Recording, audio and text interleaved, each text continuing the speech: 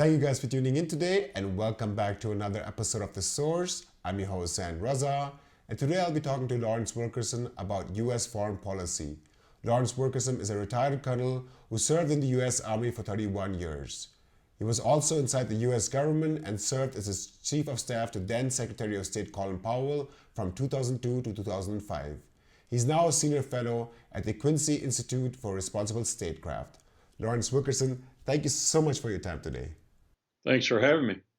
I would like to start with Ukraine. Last time I interviewed you, sending the battle tank Leopard 2 or Abraham tank to Ukraine were in discussion and debate. Now sending these advanced weapons have become a reality. Training of Ukrainian soldiers on how to operate these tanks is taking place on German soil as we speak, and it is expected that these tanks will go into Ukraine in operation sometime in March. The debate has now shifted to fighter jets and long-range missiles.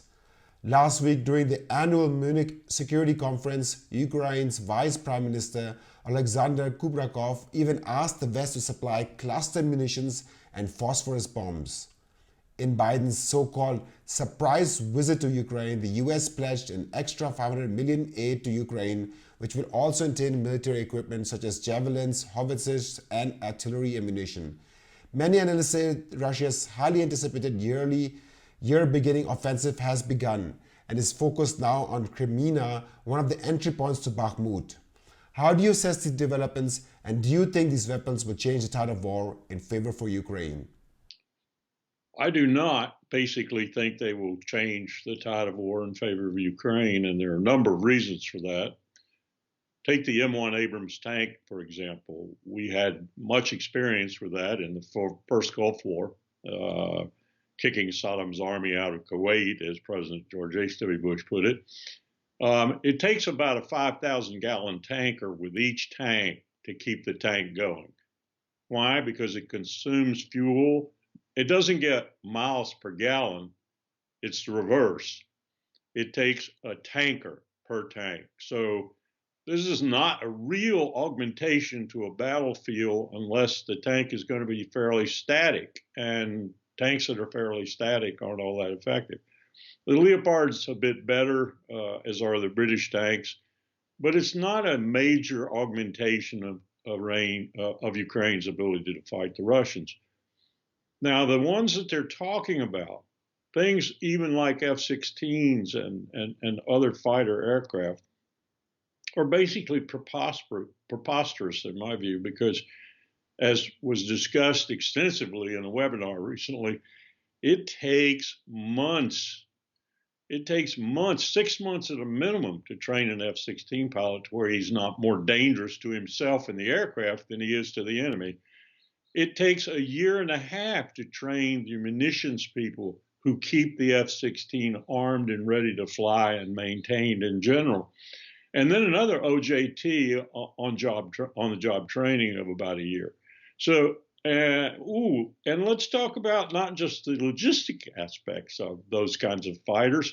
Let's talk about where they're going to fly from.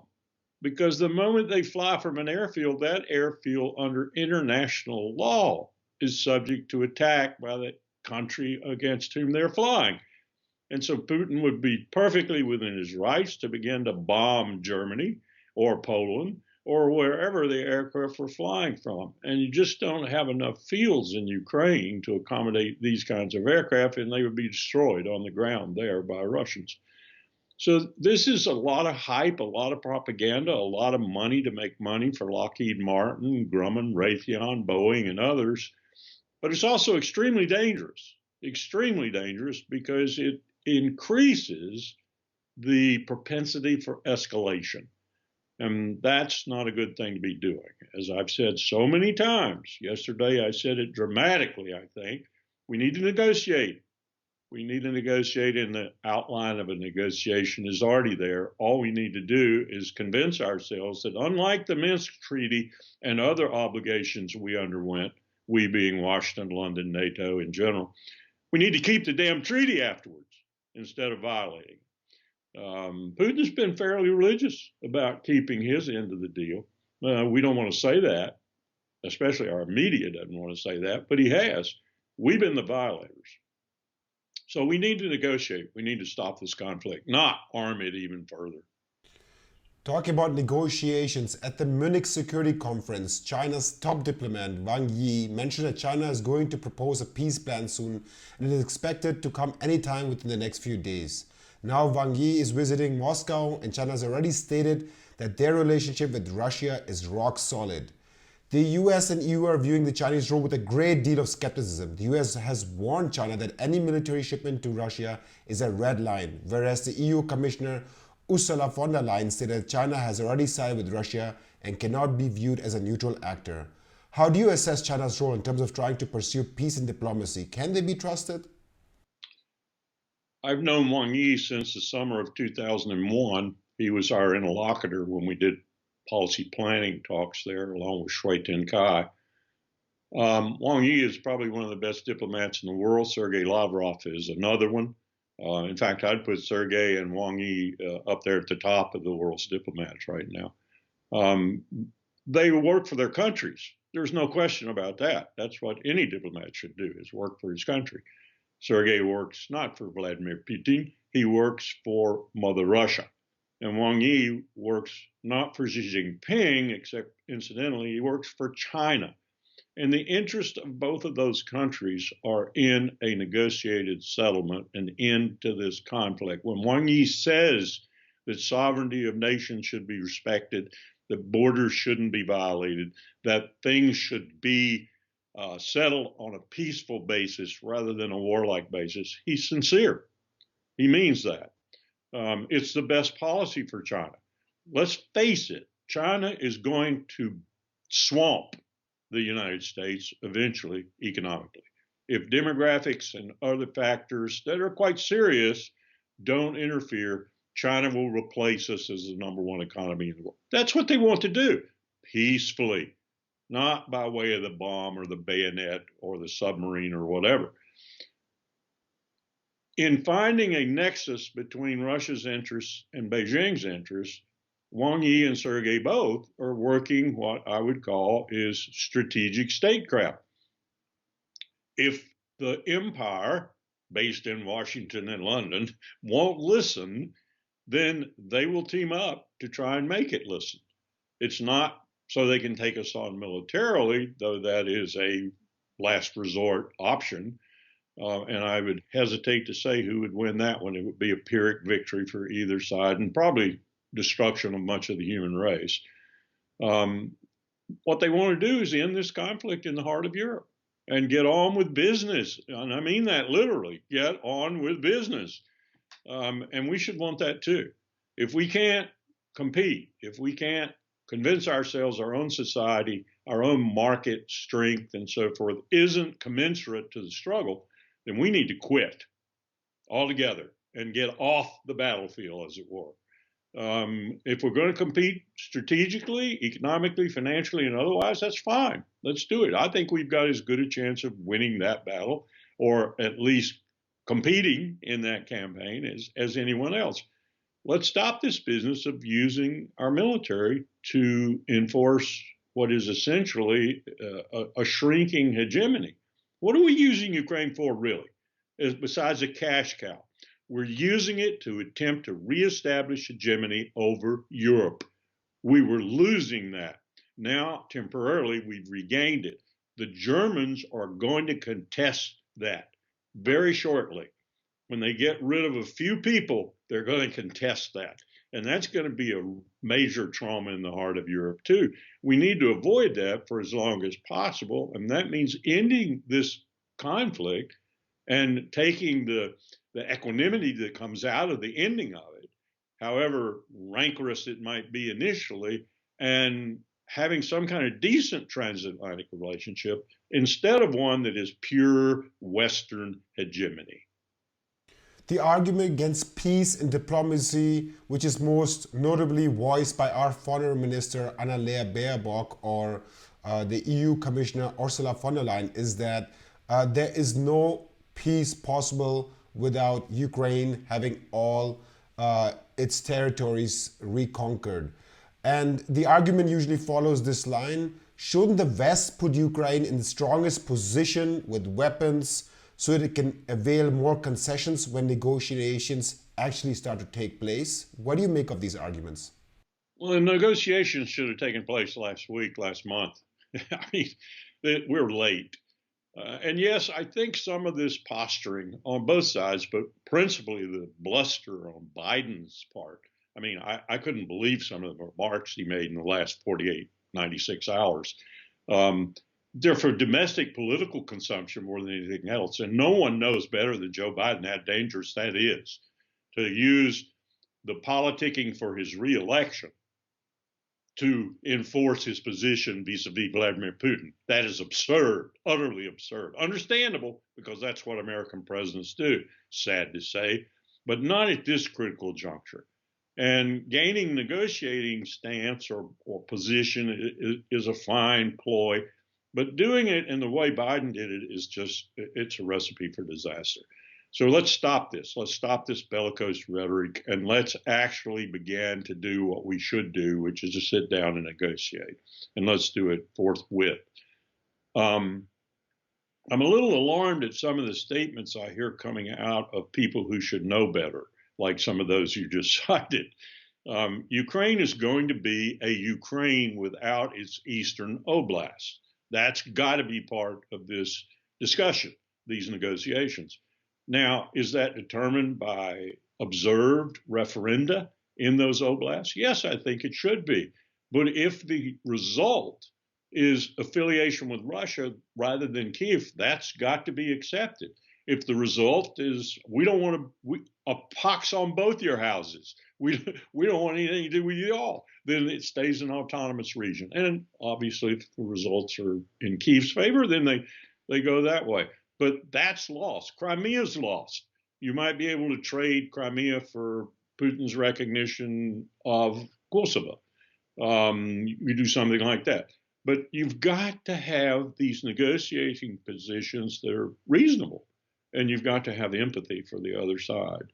I think Putin has a degree of empathy for us, although he is very reluctant to express it because we've cheated on him so many times. I think we have zero empathy. Moscow. In fact, we have zero empathy for Paris, Berlin, anybody in the world. We are just intent on establishing our hegemony. And part of that establishment is to keep Europe out of China's hands. And Germany is not going to tolerate that ultimately. So we're going to make an enemy of Germany out of this too, ultimately.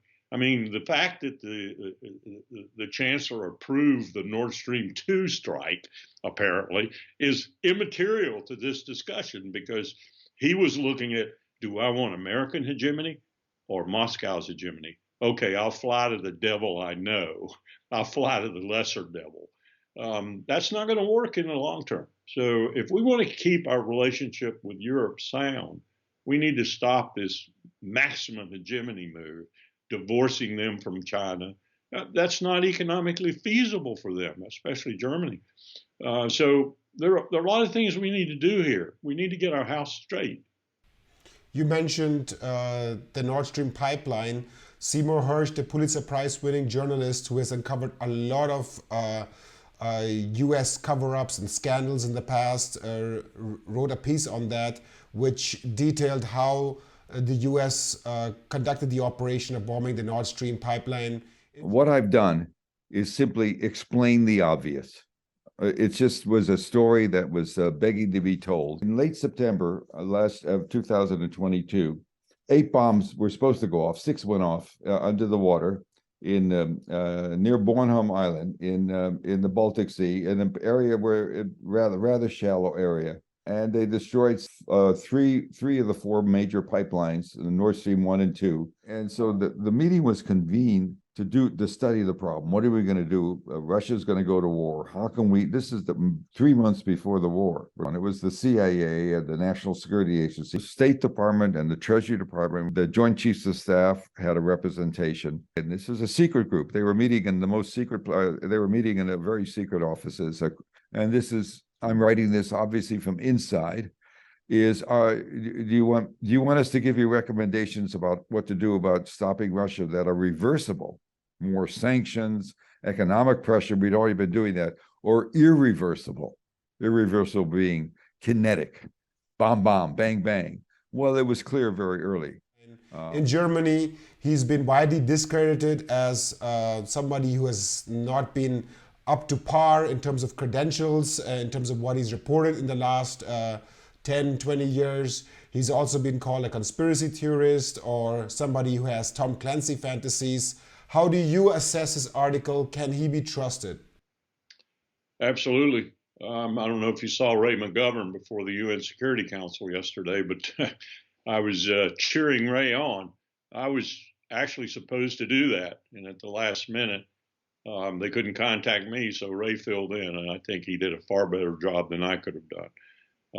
Cy is a man who broke My Lai. Cy is a man who's rarely wrong. Cy is a man who knows how to protect his sources. What we heard from the CIA, for example, that it was all poppycock, it was all bull, and so forth and so on, is what we hear from the CIA every time something like this happens. I don't fault them. They lie for a professional reason. They are professional liars. They have to be. They're spies. But they're propagandists, their public affairs people are just as big a liars as any of their spies. So I think I'll let you in on a little secret here. 2 weeks before Cy published, I was asked a question. Who do you think did Nord Stream? I said, it's clear to me, just from the strategic reality of it. We did it. We did it. Who else benefits? Certainly not Germany. Certainly not NATO in general. Certainly not Putin. Who really benefits? We do. And then I said, I will bet you that hard hat team down in Florida, which nobody's ever heard of, but I have, because I was on a working group in the government that actually contemplated using them, did it. And someone had to be in the know in Europe in order to do it. Because look at the pipeline. Look how it lies. Look where it lies. Look where it's shallow that it lies. Look whose coast and border it's on. So I said, I have no idea who, but someone, and you can look at the map, had to be complicit. And we did it, period. I'm guessing, but I'm guessing from experience and from professional experience in particular. And then Cy comes out 2 weeks later with the article. Let's take a step back. Russian President Putin and US President Biden held major speeches recently. Biden stated that Russia will never win in Ukraine, whereas Putin blamed the West for the war in Ukraine and announced the suspension of the Strategic Arms Reduction Treaty, also known as START Treaty, that aimed to cap the number of strategic nuclear warheads that the United States and Russia can deploy. How do you view these developments? Are we heading to a nuclear confrontation? These are very, very bad developments, very dangerous developments. I said that too a few months ago. You may recall on the analysis, I think I said it, Putin now is going to get rid of START. You watch, the acrimony between Washington and Moscow is so bad now that he'll get rid of START. And we will be the prompters, just as we got rid of the ABM Treaty, the Open Skies Treaty, the INF Treaty. We are the prompters to all of this. People don't even realize the Conventional Forces in Europe Treaty's gone now. It's gone too because we didn't want to renew it.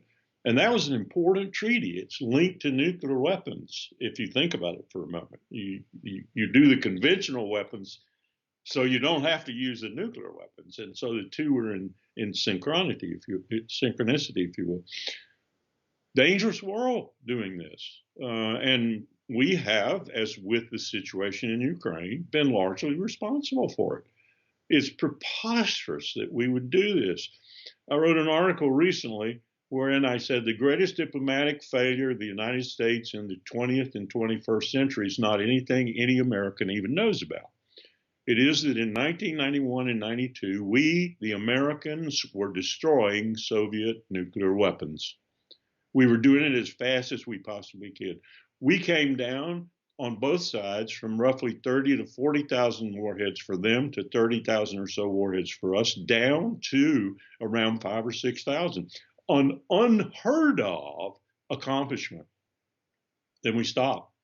And we were largely responsible for the stop. And then we started dismantling the treaties. And then we started thinking about, and we're going to spend a trillion plus dollars over the next 10 years building new weapons. We turned the whole thing around. That is the greatest diplomatic failure in the history of this republic.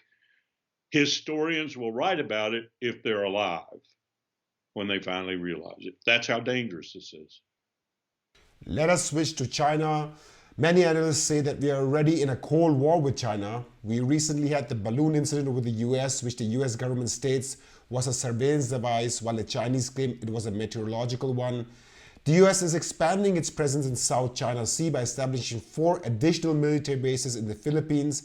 And both countries, the US and Philippines, will be holding the biggest war games in years amid growing tensions with China. Germany is also visiting Latin America, Africa, and Southeast Asia to grow its influence and diversify away from China. What is the West's role in the South China Sea? Are they trying to protect democracy and freedom in areas like Taiwan, South Korea, Japan, and protect their allies? Or is there a bigger game at play which we are not seeing in political and media discourse? The game again is imperial hegemony. That's it. Whatever region you look into, imperial hegemony. Look at the hypocrisy of Washington, if you will. 750 plus military installations, bases in the world. China has 6. The rest of the world combined has less than 80. We have 750. Who's the empire? Who's the establisher of imperial hegemony? Who's the country that the rest of the world, and increasingly it is, should rail against for what it's doing? We have that article I just told you about that I wrote. They asked me to prove that we have roughly just under a third of the world under some sort of direct or indirect sanction. I just cited them the list of OFAC, the Office of Foreign Assets Control in the Secretary of the Treasury's office. I cited to them their list, and their list is not all encompassing, of the countries we have under sanction. It's incredible. Just China and Russia alone is 2 billion people almost. So we are just the most incredible imperial hegemon the world has seen since Rome. And we beat Rome cold because of the vastness of our empire as compared with the times Rome was existent in. I don't know where we're going. I really don't. I do know that we're going to ruin if we don't stop this because we can't afford it. $32 trillion is going to be our aggregate corporate, whatever you want to call it, debt by 2030, according to the Congressional Budget Office. And no one seems to care. No one cares at all. There'll be no discretionary federal spending. It'll all be interest payments. We are going to begin to pay the equivalent of the defense budget on interest payments annually on our debt. This is extraordinary what we're doing. We are basically eating our republic on a 24-hour basis. And we're camouflaging it with all this external activity around the world and a president who's as bellicose as Attila the Hun. I don't know where we're going. I can't tell any American anymore where we're going except to disaster. China and the United States are largely intertwined economically, and some would say they're interdependent. How would this play out in terms of the interdependency that they have, both countries, economically, if the US continues to pursue encircling China within its own region? These bases in the Philippines, this is our new technique. We did it in Norway. We fall in on existing Philippine bases, and we call them still Philippine bases, but they're really our bases, or at least they're partially ours, if not substantially ours. I would dare say that the bulk of the Philippine people don't agree with this. If you've seen Clark recently, for example, the old Clark Air Force Base, it really is entrepot now. It's very successful. The airport is beautiful, modern. This is going to impact that probably, and when that happens, the Filipinos will be a little bit more reluctant to welcome the United States back into their country. But in the meantime, and I'm doing a thing with Australia next week where we're going to talk about, is Australia safer now because of the submarine deal, because of all the things that are happening with this current Australian government that look like they're licking up to the empire? No, they aren't. What they're doing is making their own situation more perilous should something break out. They're also making themselves a nuclear target par excellence. I wonder how many Australians out in the outback know that, but they are doing that. I asked the other day one person who seemed to be particularly ignorant about our own situation, do you know what the ballistic missile complexes in the United States are for? They're for sponges.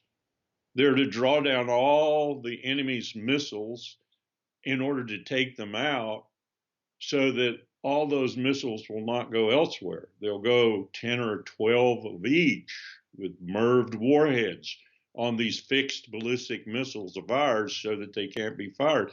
Do you know what's going to happen in North Dakota and South Dakota and Montana? Do you people out there have any idea that you are a target? You are a target. That's all you are. And they look at me like, oh, no, you don't really mean that, do you? Yes, I do. That's precisely our strategy, that everything will come in. You are a sponge for multiple kilotons of nuclear explosions that are going to come in on you. Well, Australia, you want to be that too? That's kind of the thing we're doing today. It's nonsense. It's preposterous what we're doing. But our allies, such as they are, really have no choice because it's like the German chancellor. You know, you fly to the devil you know the best, and you fly the devil you think is the least devil. Unfortunately, today, there's not a whole lot of difference if you want to talk about deviltry. In fact, if you want to talk about democracy versus autocracy, which seems to be a meme now, a theme, Russia probably has more democracy than we do. Putin actually talks to his Duma. Putin is elected. I don't care what you say about the elections. You know, I could say lots about American elections too. I could say something about the choice in American elections too. The two people we get to choose from, both usually idiots. I could say all kinds of things about this. This is a preposterous metaphor for the world, autocracy versus democracy. There's more democracy in Iran than there is in Israel now. If you think about it for a moment, the theocracy is not in Tehran.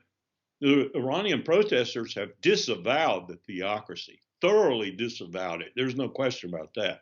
They haven't won yet, but they have thoroughly disavowed the theocracy. There's more theocracy in Jerusalem. Why are hundreds of thousands of Israelis protesting? And why doesn't the American media even carry that? I'll tell you why. Because the American media is bought off by AIPAC. So this whole situation is unbalanced, but it's not necessarily unbalanced towards autocracy. It's as unbalanced toward democracy, such as it is. You know, Israel constantly claiming we're the only democracy in the Middle East. Bull! You know, look around. Are you a democracy? If you are, you're an apartheid democracy, and that seems to be a contradiction of terms. So all this propaganda just makes me sick. It makes me ill.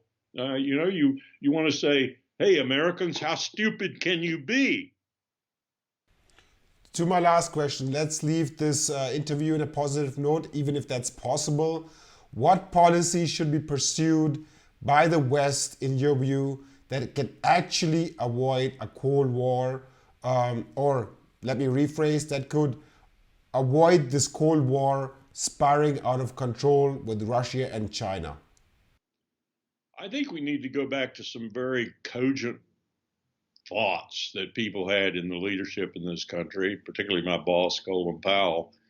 At the beginning of the 90s and then right on into about 2004. And that, I don't include George W. Bush in that, but with vis-a-vis China, I do. George W. Bush understood the vital nature of China's relationship with Walmart and all that Walmart signifies. So I have to give him credit for that. It was called strategic competition.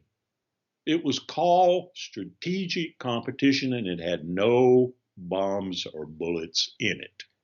Of course, on all sides, that strategic competition and the diplomacy and the economic policy and financial policies associated with it were backed up ultimately by military might all around. But that wasn't the first priority or even the second priority. The first and second and third priorities were live together, compete together, may the best man win. That was the philosophy. And that philosophy was working. People say, well, Xi Jinping came along after Hu Jintao and just murdered that, just tore it up. Bull. Go and look at what Xi Jinping actually said at the party congress. Yes, he was a little bit tougher, but basically he is extending with some new flowers, if you will, the Deng Xiaoping beginning. We will beat you. We will beat you at your own game. Watch us. And they are beating us in purchasing power parity, the only real measure of economic strength. They are already ahead of us. Let's go back to that. Let's go. Are we afraid we can't win? I'm afraid that might be the reason. But I have enough confidence in our businesses and our corporate structure and so forth in their best guys, not their rape, pillage, and plunder guys, that they can win, they can compete, and we can all have a piece of the pie, as it were. That's not the way we feel anymore. We want the whole pie. Lawrence Wilkerson, a retired Army colonel and former chief of staff to Colin Powell, thank you so much for your time today. Thank you for having me. And thank you guys for tuning in today. Don't forget to join our alternative channels on Rumble and Telegram. Our videos are not getting recommended to new viewers like they used to a few years ago. So if you want our information to reach you, make sure to join us on Rumble and Telegram. And don't forget to donate. If you're gaining value by watching our news and analysis, then be sure to return that value with a small donation via PayPal, Patreon, or bank account. I'm your host, Sam Raza. See you guys next time.